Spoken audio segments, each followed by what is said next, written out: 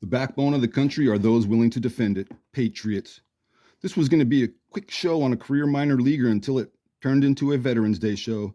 And like all I profile, today's player deserves recognition for serving in the military and at the very least taking a minute to sign Dad's autograph book back in 1955 as a 19-year-old rookie pitcher for the Hollywood Stars. As you know, I prefer to profile the lesser-known players who are only being talked about now because they signed an autograph for Dad back then. Otherwise, their accomplishments, no matter how small or brief, will be not so much lost to the passage of time, but buried a little deeper every day. Almost every single player I've profiled has served in the military, with most seeing combat overseas. Of the 4 major league sports right now, do you know how many players have combat experience?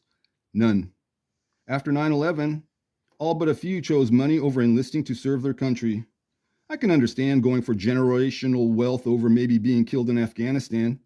That didn't stop Pat Tillman and his brother Kevin, who was playing in the MLB at the time.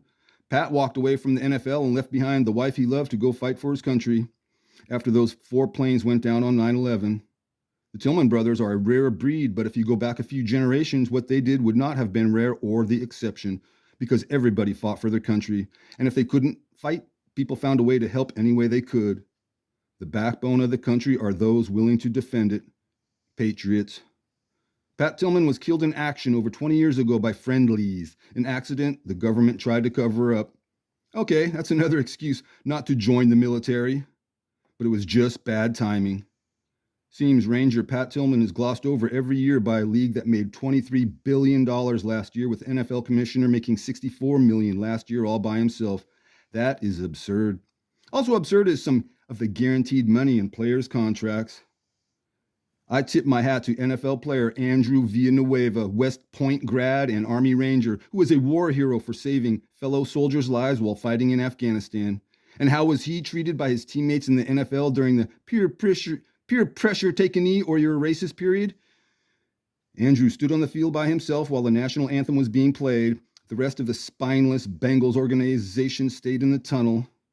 Andrew Villanueva did what 99.8% of the league didn't do. He volunteered to fight for his country. The last MLB player to actually fight in a war was 1963. So let's go back to the start of the show to meet 19-year-old Robert Stephen Wade, nicknamed Bob. He was 6 foot and weighed 185 pounds, a righty pitcher who passed away in 2014 at the age of 77 in Turlock, California. Born 1936 in the tiny town of Tipton, Oklahoma, that's never had more than 1,500 citizens. And during World War II, the Army built a prisoner of war camp just outside of town and filled it full of krauts, which would be a little unsettling for a small boy, having real Nazis right down the road. I've profiled 6 players from Oklahoma so far, with Al Dark still on the list. Our dad was stationed in Lawton, Oklahoma in the early 1960s while in the military, and is probably one of the few fans that has a Bob Wade autograph. He only played 2 seasons of pro ball, 32 games in total, starting in 1955 with the Baltimore Orioles Class C Phoenix Stars in the Arizona-Mexico League, appearing in 24 games with a pitching record of 3-5. He had a .269 batting average in his 26 at-bats, with one of those at-bats a round tripper. Bob Wade was traded to the Pittsburgh Pirates Organization. It's still 1955, and they must have liked what they saw and were impressed enough to put the rookie on their AAA Hollywood Stars in the Pacific Coast League, getting into 6 games and had 1 at-bat. Mostly sitting next to a who's who of future Pirate stars and a Hall of Famer named Bill Mazeroski, who was called up the following season and never looked back. Bob Wade missed 1956 and 1957 seasons while serving in the military, another player with no bio in Baseball Reference. All I have is his stats. Don't know if Bob played Army ball, but when he got back to baseball life in 1958, he played in 2 games of Class B ball with the Tri-City Braves in the Northwest League, and then was done in baseball. Something happened to make him quit. Don't know what it was. Maybe he quit for the simple reason he met a hot chick and got a steady job. While on the other hand, Bob's teammate, 41-year-old Ray Hathaway, wasn't even in the middle of his career. Ray Hathaway pitched his first game as a 30-year-old rookie in 1939 and pitched his last game in 1973. He was a player manager for 26 years, playing in 3,660 games and pitched in at least 1 game every year until he retired at the age of 56. Bob Wade played in 32 games. Ray Hathaway played in thousands. But Do you know what they have in common outside of baseball? Whoa, look at the big brain on Brad. Correctamundo, both served in the military. Bob Wade played on 3 teams. His first team had 4 future MLB players on it, but his 1955 Hollywood Stars team was made up of 40 players, most in their prime, and of the 40, 33 went to the majors. Only 8 players were in their 30s. Bobby Bragan was the oldest at 37, Red Munger was 36, and there were only 2 teenagers on that team. The man of the moment, 19-year-old Bob Wade, who never saw the majors, and 18-year-old Bill Mazeroski, who's in the Hall of Fame. I like finding stuff like that. Or a player manager pitching all the way up until the age of 56. You won't see that in any other sport. And that is why baseball is America's favorite pastime. Not favorite sport, favorite pastime. It's just a coincidence that local hero Pat Tillman was born 2 towns over from where I was raised, when really he could have come from any town and I would be talking about him today. Veterans Day. Is it? Probably not. And like I always say, these men and women should be talked about, honored, and remembered more than twice a year. And just like teachers, nobody has a more difficult job than a cop.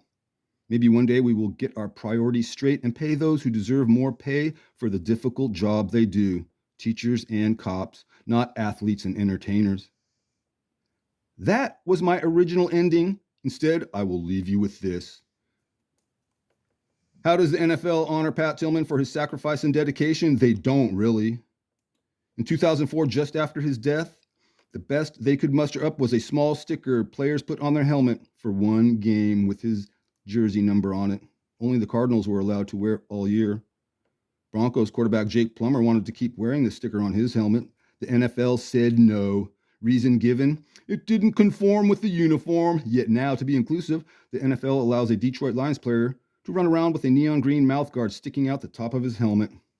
Just as bad is allowing a flag other than the American flag on the NFL helmet.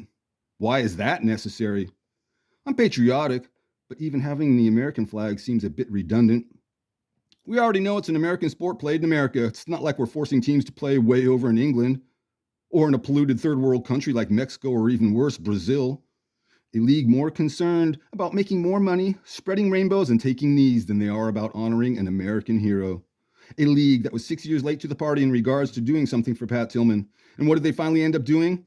The usual token gesture of establishing a scholar award, when really he could be the face of the league and what is right with the NFL and a role model for millions. Instead, do you know how they honor Pat Tillman? I bet you don't.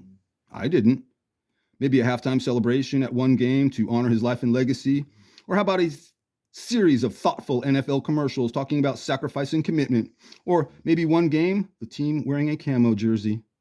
How about a Pat Tillman t-shirt for the fans, a bobblehead, a giant foam finger, anything? The NFL does the bare minimum. They post a statement on their Facebook page. Who's going to see that?